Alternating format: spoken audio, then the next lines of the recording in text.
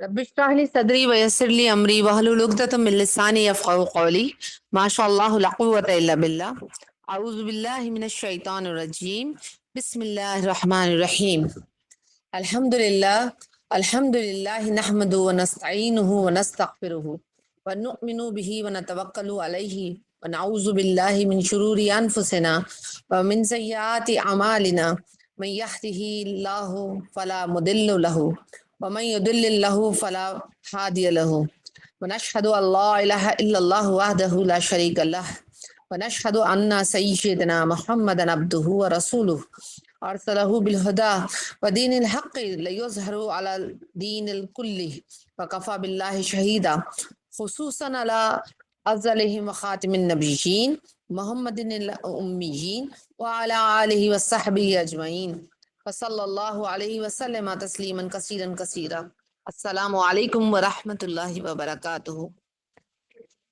نبی کریم صلی اللہ علیہ وآلہ وسلم جب فتح مکہ کے بعد مدینہ لوٹ کر آئے تو تقریباً 7 ماہ کے بعد آپ صلی اللہ علیہ وآلہ وسلم نے قیام کرنے کے بعد رجب 9 ہجری میں غزوہ تبوک، جسے جیش اسرت بھی کہتے ہیں، یہ اس غزوے میں حصہ لیا۔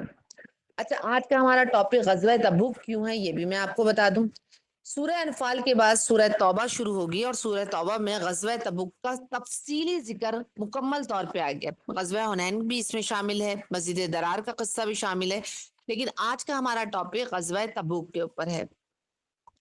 تاجروں کا ایک قافلہ تھا جو شام سے آیا تھا۔ اس سے غزوہ تبوک کے حوالے سے سب سے پہلے میں آپ کو ایک حدیث بتاؤں، صحیح بخاری کی 2839 ہے کہ نبی کریم صلی اللہ علیہ وآلہ وسلم ایک غزوہ سے مراد تبوک پر تھے، تو آپ صلی اللہ علیہ وآلہ وسلم نے فرمایا کہ کچھ لوگ مدینے میں ہمارے پیچھے رہ گئے ہیں، لیکن ہم کسی بھی گھاٹی یا وادی میں جہاد کے لیے چلیں وہ ثواب میں ہمارے ساتھ ہیں، کہ وہ صرف عذر کی وجہ سے ہمارے ساتھ نہیں آ سکے۔ اور موسیٰ علیہ السلام نے اور موسیٰ نے بیان کیا کہ ہم سے حماد نے بیان کیا، ان سے حمید نے، ان سے موسیٰ بن انس نے، اور ان سے ان کے والد نے بیان کیا کہ نبی کریم صلی اللہ علیہ وآلہ وسلم نے فرمایا۔ ابو عبداللہ امام بخاری رحم اللہ فرماتے ہیں کہ یہ پہلی سند زیادہ صحیح ہے، یعنی یہ والی سند کہ آپ صلی اللہ علیہ وآلہ وسلم نے فرمایا کہ کچھ لوگ پیچھے رہ گئے۔ اس وقت مدینے کا جو پورا آپ صلی اللہ علیہ وآلہ وسلم ہولڈ جو تھا وہ حضرت علی کرم اللہ وجہہ کو دے کر گئے تھے۔ اب آپ سوچیں کہ حضرت علی کرم اللہ وجہہ کا کیا مقام ہے، آپ کے بھائی بھی ہیں، آپ نے فرمایا دنیا میں بھی تم بھائی ہو میرے اور آخرت میں بھی بھائی ہو، لیکن آپ اس غزوے میں ان کو خود نہیں لے کر گئے۔ اس طرح کچھ صحابہ تھے جو پیچھے رہ گئے تھے، تو ان کو اس غزوے میں شریک ہونے کا پورا ثواب ملا تھا۔ اب یہ غزوہ کیوں ہوئی تھی اور کیا وجوہات تھی، ہم اس کی طرف دیکھتے ہیں۔ تو ایسا ایک اور حدیث ہے صحیح بخاری کی 2948 کہ ایسا کم اتفاق ہوتا ہے کہ حضرت صلی اللہ علیہ وآلہ وسلم کسی جہاد کا قصد کریں اور وہی مقام بیان فرما کر اس کو نہ چھپائیں۔ مطلب ایسا ہوا ہی نہیں، جتنے بھی غزوات آپ نے کیے بہت کم غزوات تھے جو آپ نے چھپا لیے تھے، ورنہ آپ پوری تفصیل بتاتے تھے۔ جب آپ غزوہ تبوک کو جانے لگے تو چونکہ یہ غزوہ بڑی سخت گرمی میں ہونا تھا، لمبا سفر تھا اور جنگلوں کو طے کرنا تھا، اور مقابلہ بھی بہت بڑی فوج سے تھا، روم امپائر سے تھا، اس لیے آپ صلی اللہ علیہ وآلہ وسلم نے مسلمانوں سے صاف فرما دیا تھا کہ دشمن کے مقابلے کے لیے پوری تیاری کر لیں۔ چنانچہ غزوے کے لیے جہاں آپ صلی اللہ علیہ وآلہ وسلم کو جانا تھا، یعنی تبوک کا مقام، اس کا آپ نے صاف اعلان کر دیا تھا، کھل کر بتا دیا تھا۔ یہ واحد غزوہ سب سے بڑا ہے جس کے لیے آپ نے یہ بھی بتا دیا تھا کہ ہم تعداد میں کم ہیں، یہ بھی بتا دیا تھا ہم جن سے لڑنے جا رہے ہیں ان کی کتنی بڑی فوج ہے، اور یہ بھی بتا دیا تھا کہ مقام ہے تبوک کا، سخت گرمی کا عالم تھا۔ اب ہم اس کا پس منظر دیکھتے ہیں۔ تاجروں کے قافلے نے جو شام سے آیا تھا اطلاع دی کہ شاہ روم ایک عظیم لشکر مدینے پہ حملے کے ارادے سے جمع کر رہا ہے۔ یہ بھی کہا گیا کہ عربوں کے نصرانیوں نے ہرقل کو لکھا ہے کہ عرب کے دعوے دار نبوت کا وصال ہو چکا ہے، اس کے پیروقہد کا افلاس سے پریشان ہے، اس وقت ان کے ملک پر قبضہ آسان ہے۔ موتا کے مارکے میں مسلمانوں کی قلیل تعداد نے رومیوں کو کثیر لشکر کی پسپائی پر مجبور کر دیا تھا۔ وہ اس ذلت پر دل ہی دل میں جو تھے وہ پچھتا رہے تھے اور پیچ و تاب کھا رہے تھے۔ علاوہ ازیں قیصر روم مکہ کی فتح اور بنی حوازن کی شکست کا حال سن کر بھی پریشان تھا۔ مسلمانوں کی بڑھتی ہوئی طاقت رومی سلطنت کے لیے زبردست خطرہ محسوس ہو رہی تھی، کیونکہ فتح مکہ کے وقت واضح طور پہ جو ظاہر خبر کے ایلچی ہوتے تھے انہوں نے خبر دے دی تھی کہ مسلمان جو یہ اکٹھا ہوئے ہیں، اب یہ وہ 14 یا 72 یا 313 مسلمانوں کی تعداد نہیں ہے، 1,40,000 مسلمانوں نے تو حج کیا ہے، اور مسلمانوں کی تعداد بڑھتی چلی جا رہی ہے کیونکہ اب فتح مکہ بھی ہو چکا تھا۔ ان حالات میں رسول اللہ صلی اللہ علیہ وآلہ وسلم نے ضروری سمجھا کہ رومیوں کو نہ تو حملہ کرنے میں پہل کا موقع دیا جائے اور نہ اسے عرب کی سرحد میں اندر آنے دیا جائے۔ مقابلہ ایک ایسی حکومت سے تھا جس نے چند اہم مارکوں میں دولت عجم کو شکست دے کر اپنی طاقت کو منوا لیا تھا۔ ایسی طاقت سے مقابلہ کرنے کے لیے خاطر خواہ تیاری کی بھی ضرورت ہوتی تھی۔ بار بار عطیے کی ترغیب دی گئی، لوگوں کو پیشگی زکوٰۃ جمع کرنے کا حکم ہوا، ظاہر ایک بہت بڑا معاملہ تھا، تو آپ صلی اللہ علیہ وآلہ وسلم جو تھے اس کے لیے جمع کر رہے تھے۔ اور جیسے آپ لوگ یہ بات اچھی طریقے سے جانتے ہیں کہ آپ صلی اللہ علیہ وآلہ وسلم نے اس کے لیے کھلا اعلان کیا تھا۔ اس میں صحابہ کرام رضوانہ اجمعین نے بڑی فراخ دلی سے اور نقد اور جنس کا نذرانہ پیش کیا تھا۔ سب میں زیادہ پیشکش حضرت عثمان بن عفان رضی اللہ تعالیٰ عنہ نے کی، مگر ہم دیکھتے ہیں کہ حضرت ابوبکر صدیق اپنے گھر کا پورا سامان لے آئے تھے، اور جب پوچھا گیا کہ آپ اپنے گھر والوں کے لیے کیا چھوڑ کے آئے تو فرمایا یا رسول اللہ صلی اللہ علیہ وآلہ وسلم، گھر والوں کے لیے اللہ اور اس کا رسول کافی ہے۔ رسول اللہ صلی اللہ علیہ وآلہ وسلم نے دونوں ہاتھ اٹھائے اور ان کے لیے بھی دعا فرمائی، اور حضرت عثمان غنی رضی اللہ تعالیٰ عنہ کے لیے بھی دعا فرمائی کہ یا اللہ میں عثمان سے راضی ہو گیا، تو بھی راضی ہو جا۔ پھر صحابہ سے فرمایا اے لوگوں تم بھی عثمان رضی اللہ تعالیٰ عنہ کے لیے دعا کرو۔ مسلمانوں کی تیاریاں جب مناسب حد تک مکمل ہو گئیں تو حضرت محمد بن مسلمہ انصاری کو مدینے میں اپنا نائب مقرر کیا۔ ابن حشام اور طبری نے حضرت سبا بن عرفہ انصاری کا نام لکھا ہے۔ اہل و عیال کی حفاظت پر، قبیلے کی حفاظت پر، مہاجرین کی حفاظت پر حضرت علی کرم اللہ وجہہ کو نگران بنایا۔ مسجد نبوی میں امامت حضرت عبداللہ ابن ام مکتوم رضی اللہ تعالیٰ عنہ کے سپرد کی۔ اب پہلی جو میں نے حدیث بیان کی تھی وہ ان لوگوں کے لیے تھی کہ جو پیچھے رہ گئے تھے، ان کو جنہیں چھوڑ کر گئے تھے رسول اللہ صلی اللہ علیہ وآلہ وسلم، یہ لوگ ایسے ہی تھے جیسے اس غزوے میں برابر کے شریک ہوئے۔ پنج شبہ کا دن رجب 9 ہجری کی کوئی تاریخ تھی۔ مدینے سے لشکر روانہ ہو کر سنیتا الوارا پہ جمع ہوا۔ حضرت ابوبکر صدیق رضی اللہ تعالیٰ عنہ کو امیر لشکر مقرر کیا گیا۔ لشکر کی تعداد 30,000 تھی، بعض نے 40,000 اور بعض نے 70,000 بھی لکھی ہے۔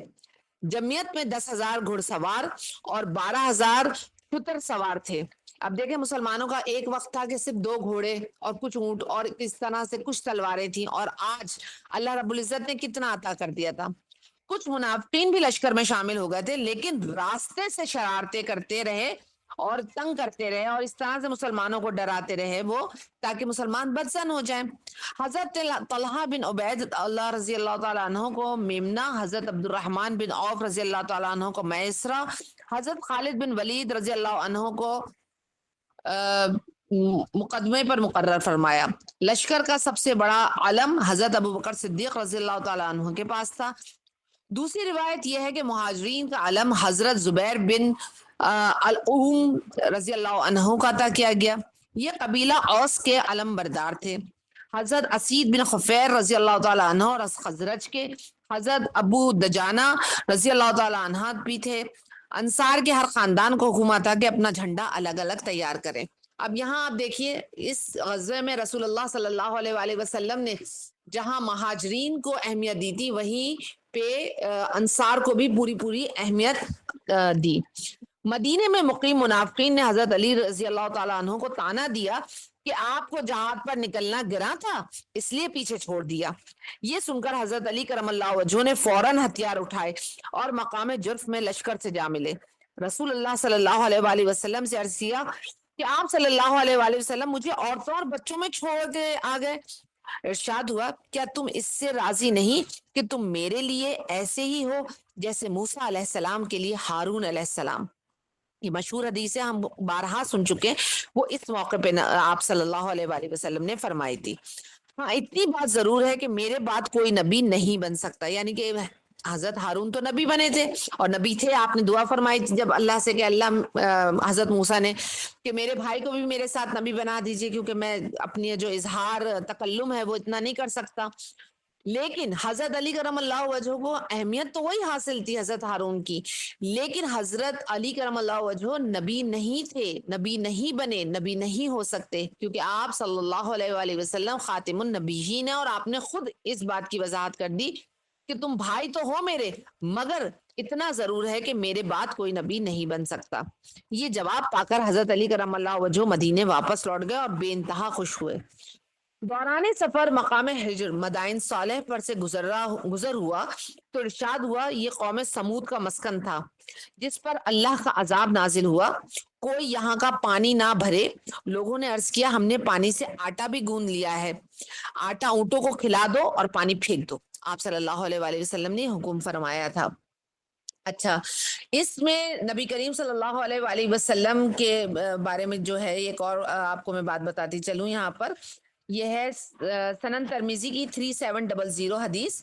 اس میں آتا ہے کہ میں نبی کریم صلی اللہ علیہ وآلہ وسلم کی خدمت میں حاضر ہوا. کون حاضر ہوئے؟ یہ تھے جیش اسرا جاتے ہوئے ایک صحابی تھے. انہوں نے فرمایا کہ غزوہ تبوک کے سامان کی لوگوں کو ترغیب دے رہے تھے تو عثمان بن عفان رضی اللہ عنہ کھڑے ہوئے اور بولے اللہ کے رسول میرے ذمے اللہ کی راہ میں 100 اونٹ ہیں مائع ساز و سامان کے. آپ نے پھر اس کی ترغیب دلائی تو عثمان پھر کھڑے ہوئے اور بولے اللہ کی راہ میں رسول اللہ صلی اللہ علیہ وآلہ وسلم میری طرف سے 200 اونٹ ہیں مائع ساز و سامان. آپ نے پھر اس کی ترغیب دی تو عثمان رضی اللہ تعالیٰ عنہ پھر کھڑے ہوا اور پھر بولا کہ اللہ کے رسول میرے ذمے اللہ کی راہ میں 300 اونٹ ہیں مائع ساز و سامان. میں نے رسول اللہ صلی اللہ علیہ وآلہ وسلم کو دیکھا آپ ممبر سے ہی کہتے ہوئے اتر رہے تھے اب عثمان پر کوئی مواخذہ نہیں جو بھی کریں، اب عثمان پر کوئی مواخذہ نہیں جو بھی کریں. امام ترمذی کہتے ہیں یہ حدیث کی سند اس کو ضعیف کہتے ہیں، لیکن ہم نے اور جہاں پہ اس کی تصدیق کی تو اس کو صحیح حدیث میں بھی کاؤنٹ کیا جاتا ہے.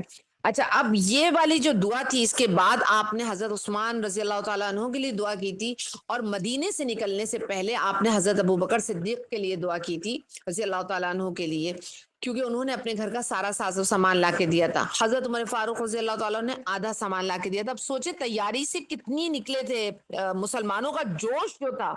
غزوہ بدر میں اللہ نے کیا کہا تھا؟ اللہ نے فرمایا تھا سورہ انفال میں کہ اسباب کرو مگر توکل مجھ پہ کرو. اب اسباب بھی تھا، توکل بھی تھا، ہمت بھی تھی، حوصلہ بھی تھا، اور اللہ کے رسول صلی اللہ علیہ وآلہ وسلم کا حکم بھی تھا. اور غزوہ تبوک کا مارکا جب ہم سورہ توبہ پڑھیں گے تو انشاءاللہ تعالیٰ آپ یہ دیکھیں گے کہ اس میں باقاعدہ طور پہ آیت میں آپ کو یہ بات بھی ملے گی، میں مفہوم آپ کو ترجمہ تفسیر سے بتا رہی ہوں کہ یہ غزوہ صرف اس لیے دکھایا گیا تھا، اس لیے کرایا گیا تھا کہ تاکہ منافقین کی پہچان ہو جائے. منافقین مدینے میں بھر چکے تھے.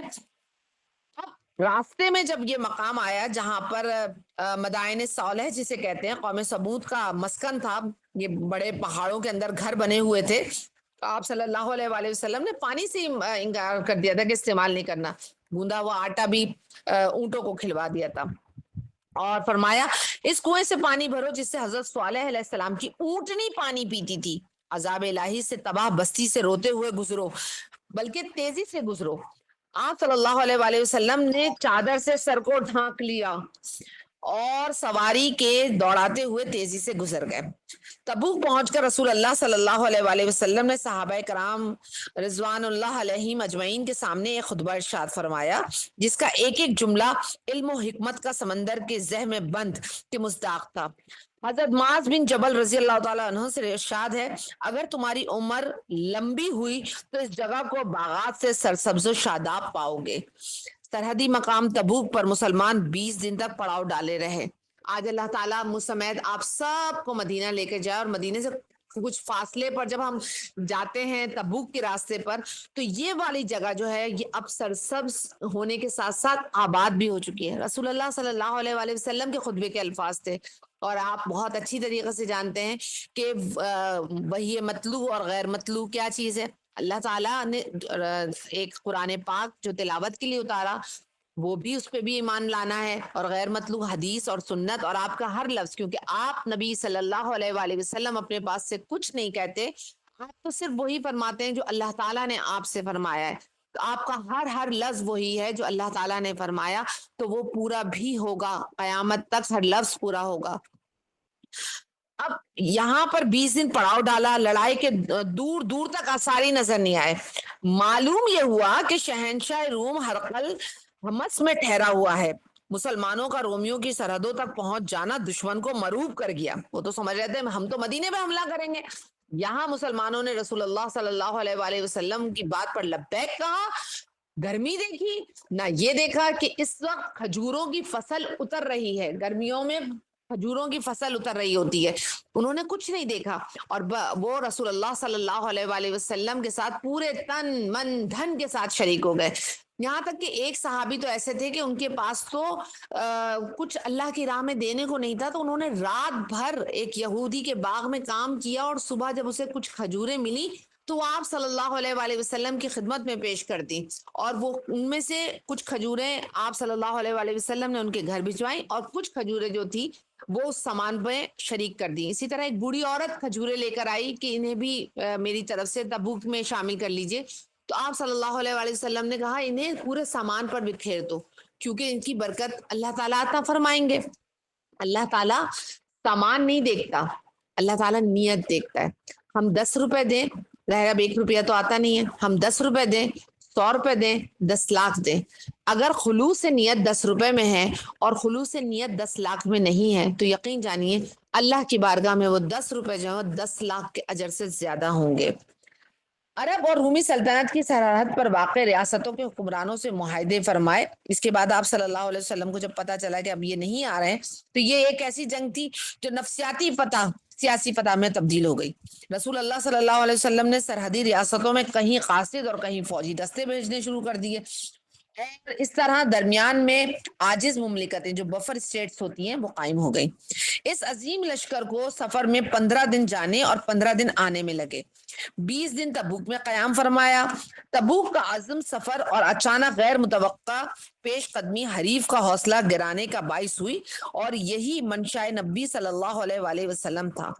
رومی فوج تربیت یافتہ اور لاکھوں کی تعداد میں تھی۔ اس کا لڑائی سے پہلو تہی کرنا مسلمانوں کی عسکری برتری کا موجب بنا۔ موتا اور تبوک کی پیش قدمی بین الاقوامی سطح پر عہد نبوی کی اولین نشان ہے، جن پر خلفائے راشدین نے عمل کر کے عظیم رومی اور ایران کی سلطنتوں کو تہس نہس کر دیا۔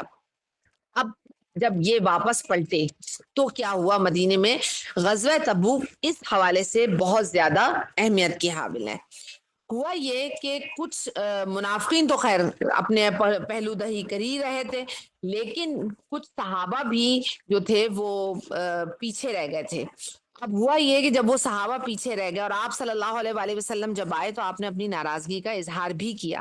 اب منافقین نے پہلے تو آپ کے جانے سے پہلے ہی یہ کیا تھا کہ بھائی ہم کچھ مال دے کے کسی اور آدمی کو بھیج رہے ہیں، آپ اسے شامل کر لیجئے، تو اللہ تعالیٰ نے سورہ توبہ میں واضح طور پہ فرما دیا کہ تمہارا یہ مال قبول نہیں ہے، کسی صورت بھی قبول نہیں ہے۔ اب جب آپ صلی اللہ علیہ وآلہ وسلم واپس آئے تو سب نے آن کے آپ سے اپنے جو تھے وہ جو اعتراضات تھے، جو اب انہیں تو یقین تھا کہ تو مسلمان تہس نہس ہو کے آئیں گے، اور یہاں تو بغیر جنگ لڑے ماشاءاللہ مسلمان فاتحین بن کر شریک ہو گئے تھے۔ اب ان لوگوں کی ہوائیاں جو تھیں وہ اڑنا شروع ہو گئی تھی۔ سورہ توبہ کی آیت نمبر 81 دیکھیں کہ پیچھے رہ جانے والے لوگ رسول اللہ صلی اللہ علیہ وسلم کے جانے کے بعد اپنے بیٹھے رہنے پر خوش ہیں۔ انہوں نے اللہ کی راہ میں اپنے مال اور اپنی جانوں سے جہاد کرنا ناپسند رکھا، اور انہوں نے کہہ دیا تھا کہ اس گرمی میں مت نکلو، کہہ دیجئے کہ دوزخ کی آگ بہت ہی سخت گرم ہے۔ کاش کہ وہ سمجھتے ہوتے۔ یہ سورہ توبہ میں واضح ہے۔ میں منتخب آیات آپ کو بتاؤں گی انشاءاللہ۔ تفسیر جب آپ سنیں گے تو اس وقت بہت لطف آئے گا اس کو سننے میں، اور پتہ چلے گا کہ کس طرح اللہ تعالیٰ نے منافقین کو اور مسلمانوں کو الگ الگ کر دیا تھا۔ منافقین آتے اور اپنے بہانے کرتے اور اپنے اموال میں سے صدقات ہمارے قبول کر لیجئے۔ اب روایت میں آتا ہے کہ اصحاب بھی اپنے اموال کے ساتھ رسول اللہ صلی اللہ علیہ وآلہ وسلم کی خدمت میں حاضر ہوئے کہ ہماری بھی توبہ قبول کر لیجئے، اور یہ شکرانے کے طور پہ ہم سے یہ سامان لے لیجئے اور اللہ کی راہ میں کر دیجئے۔ اب یہاں اللہ تعالیٰ نے ناراضگی کا اظہار کیا کہ کچھ دوسرے لوگ ہیں جن کے معاملے کو اللہ کے فیصلے تک مؤخر کر دیا گیا. اور وہ کون تھے؟ وہ 3 صحابہ تھے. کعب بن مالک رضی اللہ تعالیٰ عنہ، بلال بن امیہ رضی اللہ تعالیٰ عنہ، مرارہ بن ربیع رضی اللہ تعالیٰ عنہ. ان میں سے ایک صحابی حضرت کعب بن مالک انصاری صحابی تھے. انہوں نے اپنا واقعہ بڑی تفصیل سے بیان کیا جو کتب احادیث اور تفاسیر میں معقول ہے. مولانا مودودی رحمۃ اللہ نے بھی تفہیم القرآن میں بخاری شریف کے حوالے سے طویل حدیث نقل کی ہے. یہ بہت سبق آموز اور عبرتناک واقعہ ہے. اسے پڑھنے کے بعد مدینے کے اس معاشرے میں جہاں رسول اللہ صلی اللہ علیہ وآلہ وسلم کے زیر تربیت افراد کے انداز فکر اور جماعتی زندگی کے نظم و ضبط کی جو تصویر ہمارے سامنے آتی ہے وہ حیران کن بھی ہے اور ایمان افروز بھی. اب یہاں میں اس خطبے کا آپ کو ہنٹ دوں گی یا یاد دلاؤں گی جو ماشاءاللہ سے ہماری جو سسٹرز تھیں حمیرہ جواد اور سفیرہ نے دیا تھا، اور انہوں نے یہ بات بتائی تھی. اب آپ سوچئے کہ جن کی تربیت اتنی سخت ہوئی تھی، کیا ان کا مقابلہ وہ کر سکتے تھے جنہیں اسلام لائے ہوئے کچھ ہی دن ہوئے تھے؟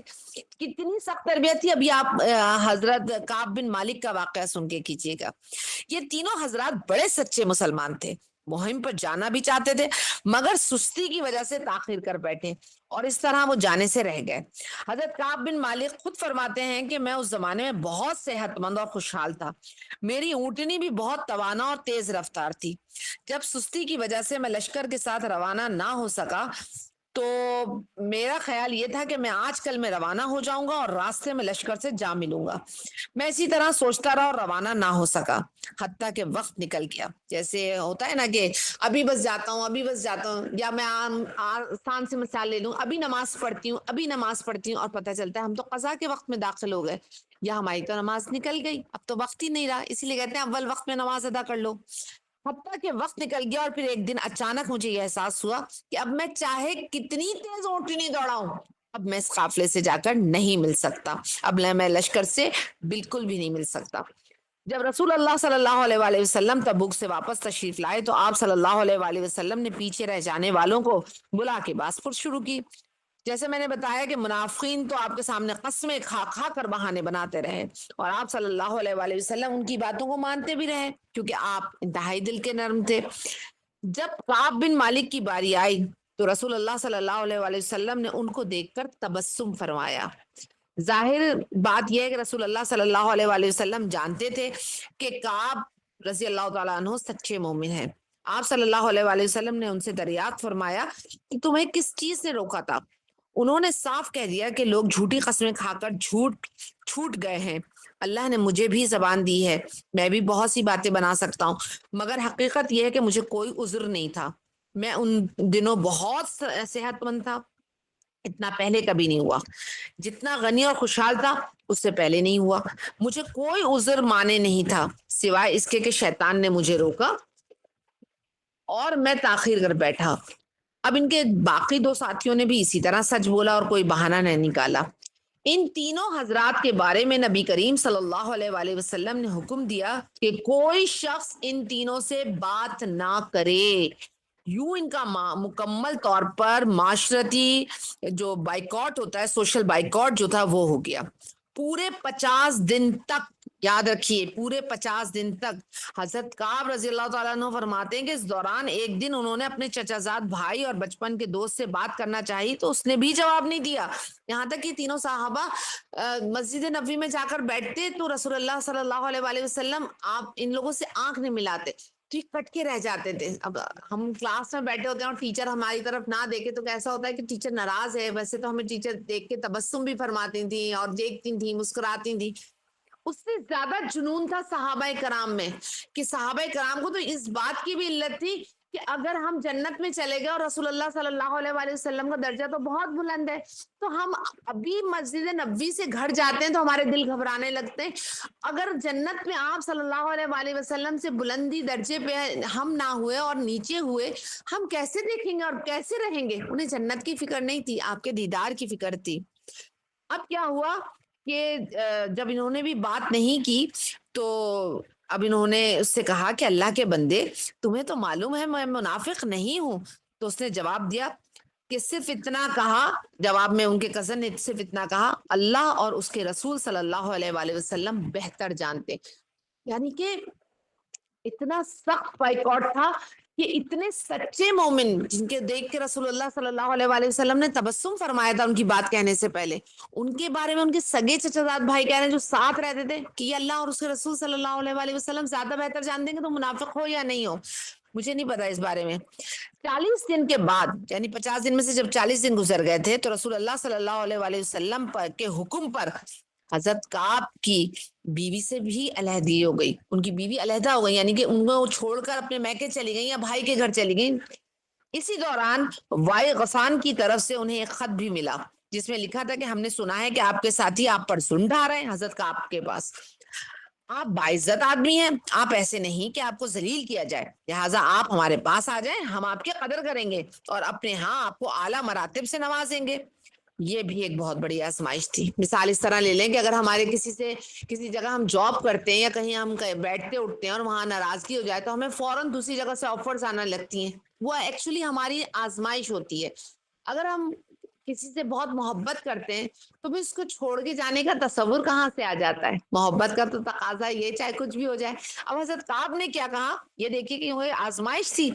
انہوں نے وہ خط جو تھا وہ تندور جسے کہتے ہیں اس میں جھونک کر شیطان کا یہ وار بھی ناکام بنا دیا، یعنی کہ اس کا جواب دینا بھی مناسب نہیں سمجھا اور اسے جلا دیا.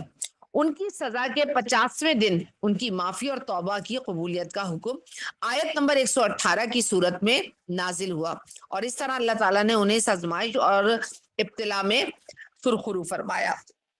اب یہ دیکھیے سورہ توبہ کی، جیسے میں نے آپ کو پہلے آیت نمبر 117 آیت نمبر آپ کے سامنے ہے کہ اللہ تعالیٰ نے پیغمبر کے حال پر توجہ فرمائی. تو آپ بڑے دل افسردہ تھے، آپ کے بہت پیارے ساتھی جو تھے وہ ان چیزوں میں پیچھے رہ گئے تھے، تو آپ بڑے دل افسردہ تھے. تو اور مہاجرین اور انصار کے حال پر بھی جنہوں نے ایسی تنگی کے وقت، ایک دن رہنا مشکل ہوتا ہے اپنے پیاروں سے، نہ کہ 50 دن ہو رہے تھے، جنہوں نے ایسی تنگی کے وقت پیغمبر صلی اللہ علیہ وآلہ وسلم کا ساتھ دیا. اس کے بعد کہ ان میں سے ایک گروہ کے دلوں میں کچھ تزلزل ہو چلا تھا، پھر اللہ نے ان کے حال پر توجہ فرمائی. بلا شبہ اللہ تعالیٰ ان سب پر ان سب پر بہت ہی شفیق اور مہربان ہے. آگے جو ہے وہ اس طرح سے معاملہ ہوا کہ اللہ رب العزت نے یہ آیت نازل فرمائی جو میں نے آپ کے سامنے ابھی پڑھی 117 اور 118 جو ہے آیت، اس کے اندر یہ ہے، ایک سیکنڈ، ہاں جی، 118 آیت میں اللہ تعالیٰ نے اعلان برات ان تینوں اصحاب کے لیے کر دی تھی. اسی کے اوپر اس سورت کا نام اعلان برات بھی آتا ہے. اور یہ اعلان برات جو ہے یہ منافق جو مشرکین تھی ان کے لیے بھی اعلان شروع میں کیا گیا تھا کہ اب وہ حدود حرم میں داخل نہیں ہوں گے. تو اس صورت کو دو حساب سے برات کہا جاتا ہے، ایک تو معافی کے حساب سے اور ایک وہ معافی جو کہ اللہ تعالیٰ نے مسلمانوں کو حد بنانے پر کہا تھا. یہ آپ انشاءاللہ سورہ توبہ جب پڑھیں گے تب آپ کو پتہ چلے گا. تو یہ 3 صحابہ جو تھے ان کی معافی کا اعلان ہوا. ان تینوں صحابہ کا ذکر جو ہے وہ میں نے آپ کو بتایا کہ قبل ازیں آیت نمبر 106 میں آیا، جیسے آپ جب پڑھیں گے تو آپ کو پتہ چل جائے گا. اب یہ دیکھیں یہاں پر ہمیں سیکھنے کو موقع ملتا ہے کہ اللہ تعالیٰ نے اپنے حبیب صلی اللہ علیہ وآلہ وسلم کے پیارے صحابہ کو بھی جو تھا وہ امتحان میں بھی ڈالا. حضرت کعب کا کتنا بڑا امتحان تھا، ان کے کزن نے بھی منہ موڑ لیا، ان کی بیوی بھی چھوڑ کے چلی گئی، ان کو خط بھی آ گیا کہ ہمارے ساتھ آ جاؤ بھائی، یہاں پہ تو تمہاری ذلت ہو رہی ہے، مگر وہ شیطان کا وار سمجھ گئے تھے. اب یہاں تک کہ زمین پر اتنی تمام تر کشادگی کے باوجود ان پر تنگی آ گئی تھی، ان تینوں صحابہ پر، ان پر اپنی جانیں بھی بوجھ بن گئی تھی اور انہیں یقین ہو گیا تھا کہ اللہ کے سوا کوئی اور ہمیں اب جائے پناہ نہیں دے گا. انسان کی اس کیفیت کی مثال ایسے ہے جیسے کوئی بچہ ماں سے پٹنے کے بعد اسی سے لپٹتا ہے. اللہ کے بندوں پر بھی اگر اللہ کی طرف سے سختی آتی ہے، کوئی سزا ملتی ہے، تو نہ صرف وہ اس سختی کو خوش دلی اور صبر سے برداشت کرتے ہیں بلکہ پناہ کے لیے رجوع بھی اسی کی طرف کرتے ہیں، کیونکہ انہیں یقین ہوتا ہے کہ انہیں پناہ ملے گی تو اسی کے حضور ملے گی، اور اگر ان کے دکھوں کا مداوع ہوگا تو اسی کی جناب سے ہوگا. علامہ اقبال نے اس بہت آیت کے اس موقع کے لیے بہت خوبصورت شعر ارشاد فرمایا کہ نہ کہیں جہاں میں اماں ملی، جو اماں ملی تو کہاں ملی، میرے جرم خانہ خراب کو تیرے عفو بندہ نواز ہوا.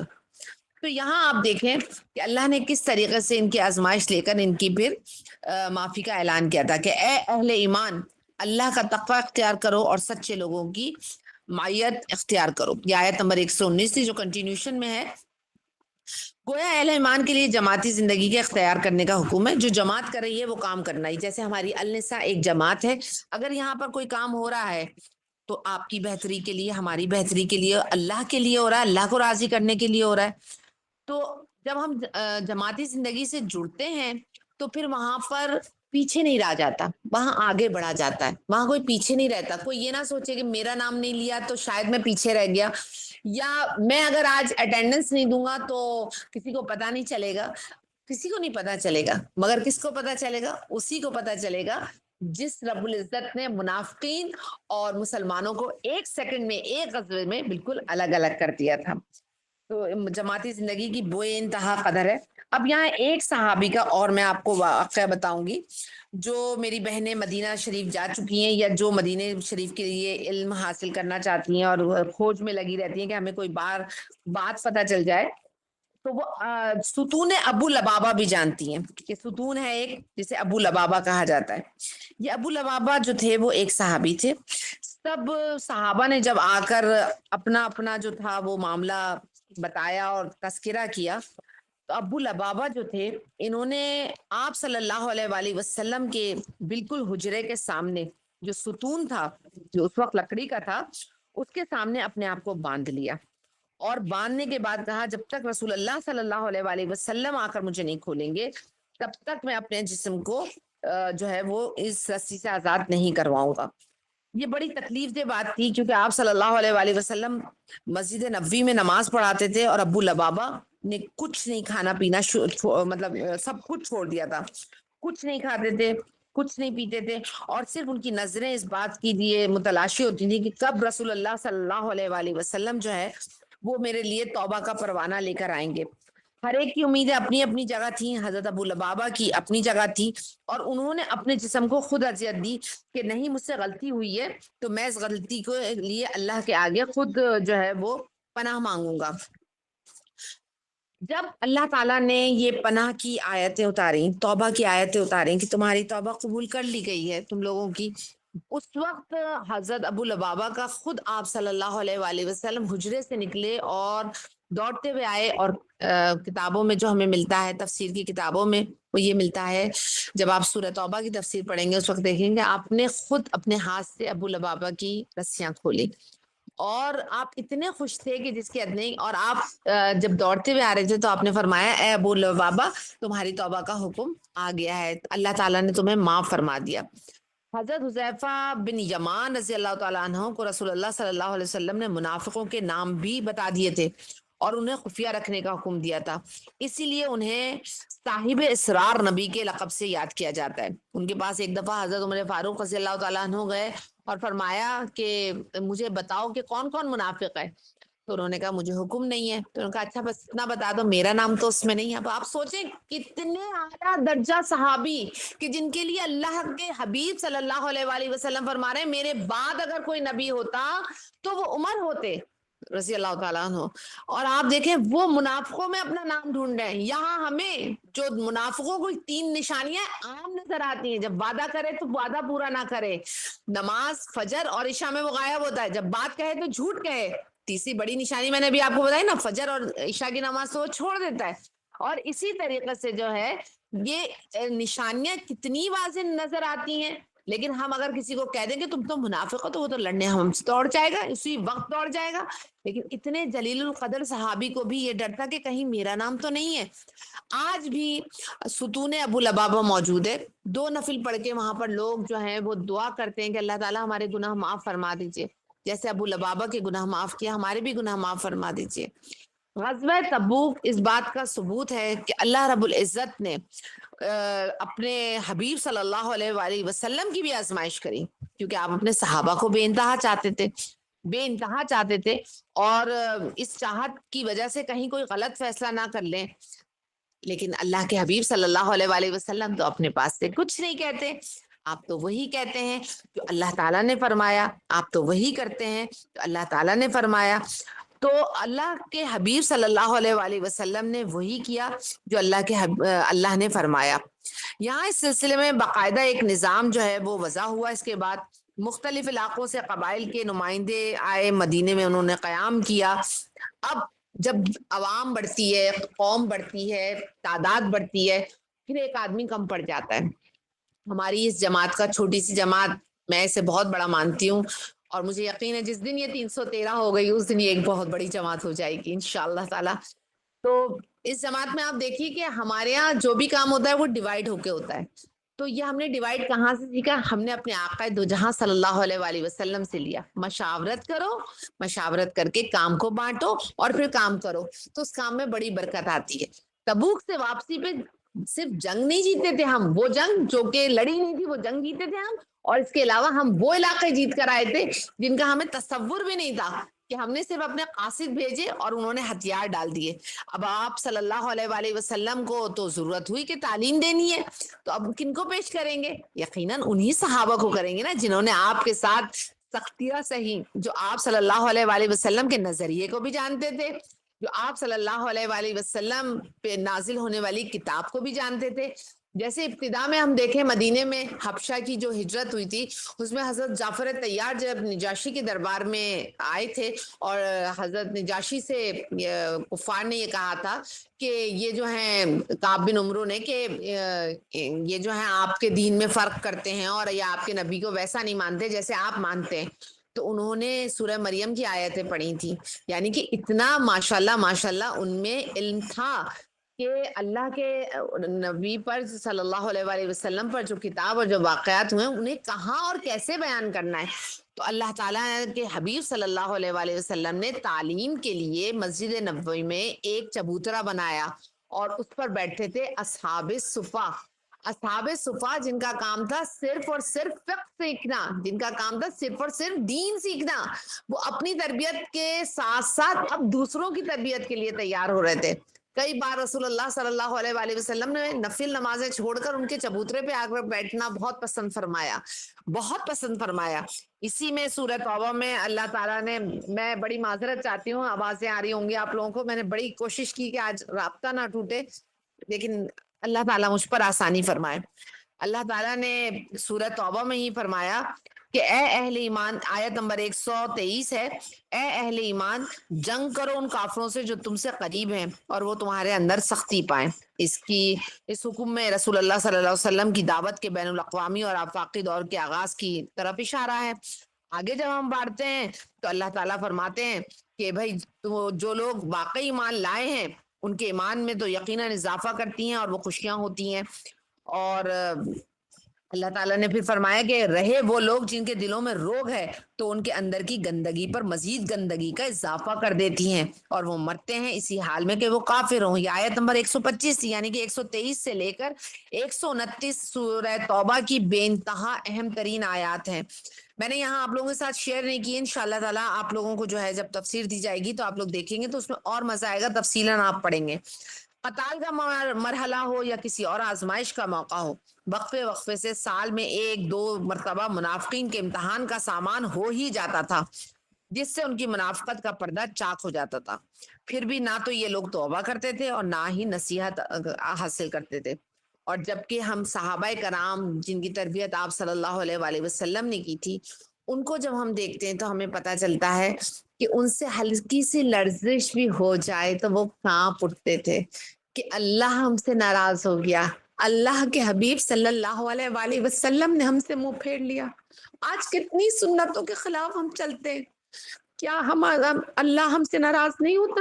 آج کتنی بار 725 مرتبہ 25 مرتبہ زکوٰۃ کے ساتھ اور 700 مرتبہ اللہ تعالیٰ نے نماز کا حکم قرآن میں دیا، حکم دیا ہے، اور نماز ادا کرو اور نماز ادا کرو اور جھکنے والوں کے ساتھ جھکو اور رکوع والوں کے ساتھ رکوع کرو اور سجدہ کرنے والوں کے سجدہ کرو اور قائم نماز کرو.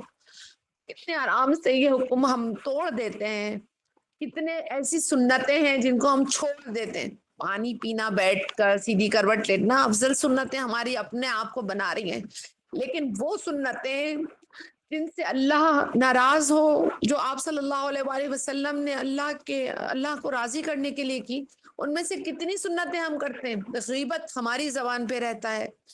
اگر ہمیں اس میں کوئی منافق کہہ دے تو بہت برا لگتا ہے, کوئی جھوٹا کہہ دے تو بہت برا لگتا ہے, کوئی ہماری تعریف کر دے تو ہم خوش رہتے ہیں. لیکن اگر ہمیں کوئی آئینہ دکھا دے تو ہم اس وقت اپنے غصے کو برداشت کر کے, خاموشی کر کے اپنی غلطی کو دور کرنے کی کوشش نہیں کرتے, بلکہ اپنے آپ کو صحیح ثابت کرنے کے لیے جھوٹ تک کا سہارا لے لیتے ہیں.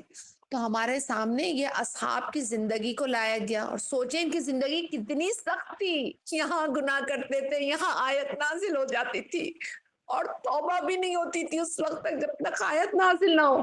اما عائشہ صدیقہ کا واقعہ عفق بھی انشاءاللہ سورہ نور میں آپ لوگ پڑھیں گے. اما عائشہ صدیقہ کے لیے کتنے تکلیف دہ دن تھے کہ رسول اللہ صلی اللہ علیہ وآلہ وسلم 1 مہینے تک آپ سے ناراض رہے اور آپ کو پتہ بھی نہیں چلا.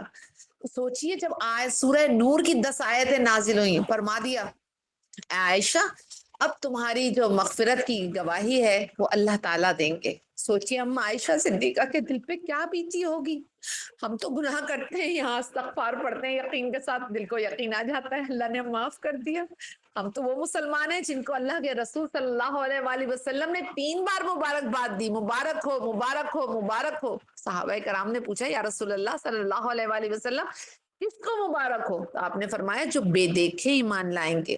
ہم اللہ کی کتاب پر بے دیکھے ایمان لائے, اللہ کے حبیب صلی اللہ علیہ وآلہ وسلم کی حدیثوں پر, سنتوں پر پورا ایمان اور یقین سے لائے, آپ کی ذات اقدس سے محبت پورے دل کے ساتھ کرتے ہیں.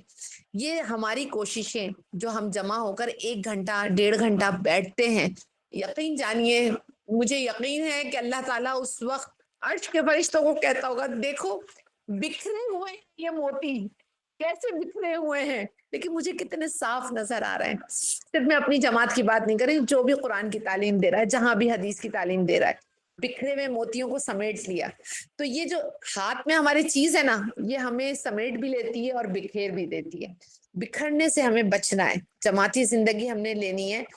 ہم فرقے کی بات نہیں کر رہے, ہم دستور کی بات نہیں کر رہے, ہم صرف فلاح کی بات کر رہے ہیں. یہاں ہو یا وہاں ہو, ہم لوگوں نے اپنی جماعت اس طرح رکھنی ہے کہ کوئی بھی قانون, کوئی بھی نصیحت, کوئی بھی حدیث, کوئی بھی سنت, قانون سے مراد قرآن ہے. قرآن آپ کا پورا جو ہے وہ کانسٹیٹیوشنل ایک بک ہے جو آپ کے ہاتھ میں, ڈو اور ڈونٹس سارے اس میں موجود ہیں کہ کیا کرنا ہے اور کیا نہیں کرنا ہے. سارے ڈوز دے دیے ہیں, سارے ڈونٹس دے دیے ہیں, کیا اختیار کرنا ہے کیا نہیں کرنا ہے. صرف اپنے آپ کو تبوک کے ان صحابہ کی جگہ رکھ کے سوچئے جن کے اپنوں نے اللہ کی خاطر بات کرنا چھوڑ دی, جنہوں نے توبہ کی خاطر اپنے آپ کو ستون سے باندھ دیا کہ ہم وقت پہ جا کے نہیں مل سکے, اپنی بات نہیں کہی, مطلب بات کہنے کی بھی ہمت نہیں تھی کیونکہ رسول اللہ صلی اللہ علیہ وآلہ وسلم سامنے تھے. ہم اتنی عیش کی زندگی گزار کے, ہزاروں گناہ کر کے توبہ ایکسیپٹ بھی نہیں کرتے. یہ ہم سے غلطی واقعی ہوئی ہے, کوئی بات نہیں, ہم ظہر میں قضا پڑھ لیں گے, کوئی بات نہیں, یہ ہدیہ ہم اس میں دے دیں گے. بھائی نہیں ہے نا پیسے, اب زکوٰۃ نہیں ہے, یہ کریں, اب کرنا تو ہے نا, ٹھیک ہے یہ کر لیتے, اتنا کم دے دو. ارے میں تو اس وقت ہل جاتی ہوں, میں آپ کو صحیح بتا رہی ہوں, آپ بھی ہل جایا کریں. جب کوئی کیسا ہی فقیر ہے, چاہے جھوٹا ہے سچا ہے, مجھے اس سے غرض نہیں, جب کوئی کہتا ہے نا اللہ کے واسطے دے دو, مجھے سمجھ میں نہیں آتا میں اپنی جان کیسے دے دوں. اللہ کے واسطے تو بہت بڑا لفظ ہے, بہت بڑا لفظ ہے. میں اپنی بات یہیں پر ختم کرتی ہوں اس دعا کے ساتھ کہ اللہ تعالیٰ ہمیں جماعتی زندگی سے جوڑے رکھے, اللہ تعالیٰ ہمیں کسی آزمائش میں نہ ڈالے, اللہ ہم سے راضی رہے. اور اللہ رب العزت سے یہ دعا ہے کہ رب العزت ہمیں قرآن سمجھنے کا موقع دے, جو ہمیں سمجھایا جا رہا ہے اس کا اجر و ثواب عطا فرما, سننے والوں کو بھی دینے والوں کو بھی. اور رب العزت ہمیں معاف کر دیجیے گا, بس آپ اللہ تعالیٰ ہمیں معاف کر دیجیے گا, بس اتنی دعا ہے. یہ واقعات اللہ تعالیٰ نے سٹوریز نہیں بیان کی ہیں, یہ واقعات ہمارے لیے دیے کہ ہم ان سے سبق حاصل کریں. وآخر دعوانا ان الحمد للہ رب العالمین.